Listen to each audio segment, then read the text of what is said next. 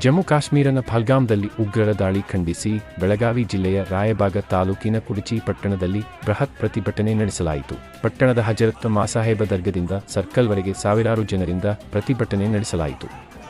ಕಾಶ್ಮೀರದ ಪಹಲ್ಗಾಮನಲ್ಲಿ ಅಮಾಯಕ ಪ್ರವಾಸಿಗರ ಮೇಲೆ ಉಗ್ರರು ಗುಂಡಿನ ದಾಳಿ ಮಾಡಿ ಹತ್ಯೆ ಮಾಡಿದ್ದನ್ನು ಖಂಡಿಸಿ ಈ ಕೃತ್ಯವೆಸಗಿದ ಉಗ್ರರನ್ನು ಹೊಡೆದುರುಳಿಸಬೇಕು ಮತ್ತು ಮೃತ ಕುಟುಂಬಕ್ಕೆ ನ್ಯಾಯ ಒದಗಿಸಬೇಕು ಎಂದರು. ಉಗ್ರರ ಗುಂಡಿನ ದಾಳಿಯಲ್ಲಿ ಬಲಿಯಾದ ಕುಟುಂಬಕ್ಕೆ ಸಾಂತ್ವನ ಹೇಳಿ ಈ ಕೃತ್ಯದಲ್ಲಿ ಸಾವಿಗೀಡಾದವರಿಗೆ ಆತ್ಮಕ್ಕೆ ಶಾಂತಿ ಸಿಗಲೆಂದು 2 ನಿಮಿಷ ಮೌನಾಚರಣೆ ಮಾಡಿದರು. ಇದೇ ಸಂದರ್ಭದಲ್ಲಿ ಕೇಂದ್ರ ಸರ್ಕಾರದ ವಿರುದ್ಧ ಒಪ್ಪ ತಿದ್ದುಪಡಿ ಅಧಿನಿಯಮವನ್ನು ವಾಪಸ್ ಪಡೆಯಲು ಒತ್ತಾಯಿದರು.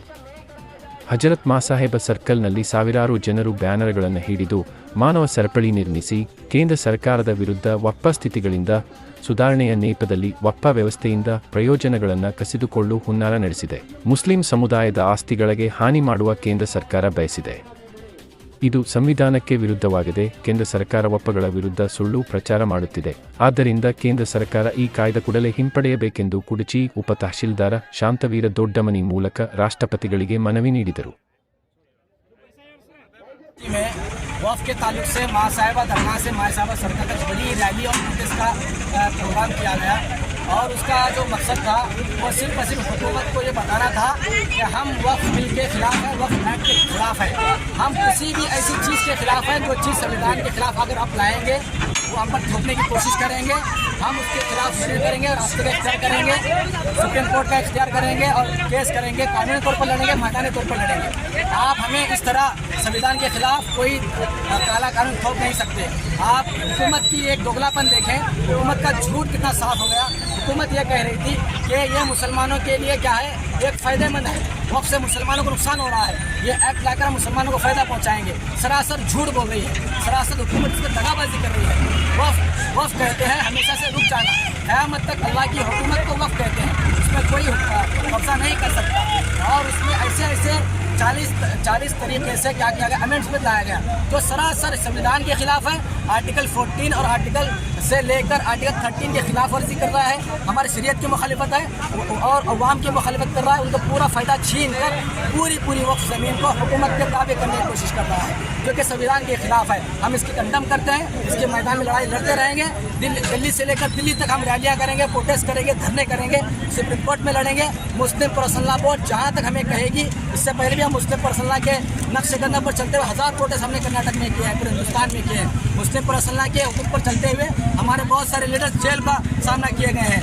आज तक हमारे एक लीडर को MK फैजी साहब को जेल में डाल दिया गया वक्फ के ये करने की वजह से, प्रोटेस्ट करने की वजह से।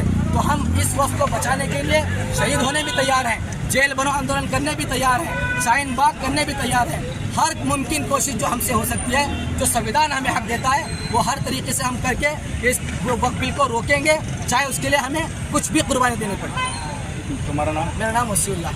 का मकसद यही था कि जो सेंट्रल गवर्नमेंट ने ये जो अमेंडमेंट एक्ट जो पास किए हैं वक्फ के खिलाफ, तो उसको रोकने के लिए यहाँ पर सब जमा थे। तो ऑलरेडी वक्फ एक्ट पास हो चुका है, हमारा सबकी मुखालिफत है उसको।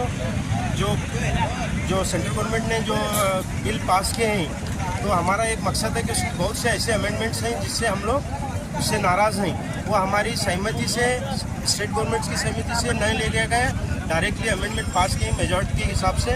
तो हम लोग उसके वास्ते यहाँ पर जमा हुए, स्ट्राइक किए। हमारा आगे भी मकसद यही रहेगा और उससे हम लोग कोर्ट को भी जाएंगे, कोर्ट से भी उसके लिए लड़ाई लड़ेंगे। और जितने भी लोग यहाँ पर हाजिर थे, चाहे मीडिया हो, डिपार्टमेंट हो, पुलिस डिपार्टमेंट हो या प्रेस वाले हो या जितने भी पब्लिक यहाँ पर आए, हम सबका शुक्रिया अदा करते हैं जो ये प्रोग्राम में अटेंड किए। और सबको हम लोग एक रैली पीसफुली हुई, उसका भी हम लोग शुक्रिया अदा करते हैं।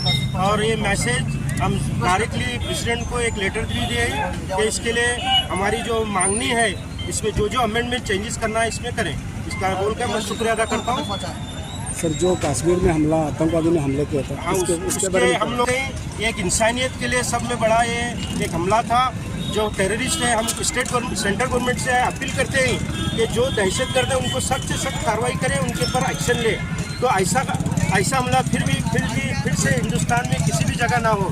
तो ये बड़ा एक इंसानियत के लिए एक बड़ा हमला है, तो हम कंडम करते हैं। सारी समाज के लिए एक बड़ा बुरा एक वक्त था और हम उसके लिए शुरू इनिशियली ये भी करे, मौन भी किए और हम अपील करते हैं ऐसे लोगों को समाज में रहना भी नहीं चाहिए। जो ऐसे हिंदुस्तान तो क्या कोई नहीं भी समाज में ऐसे लोग रहना नहीं चाहिए। हम भी सब लोगों को अपील करते हैं इसकी मुखालिफत करें, बस इतना करना।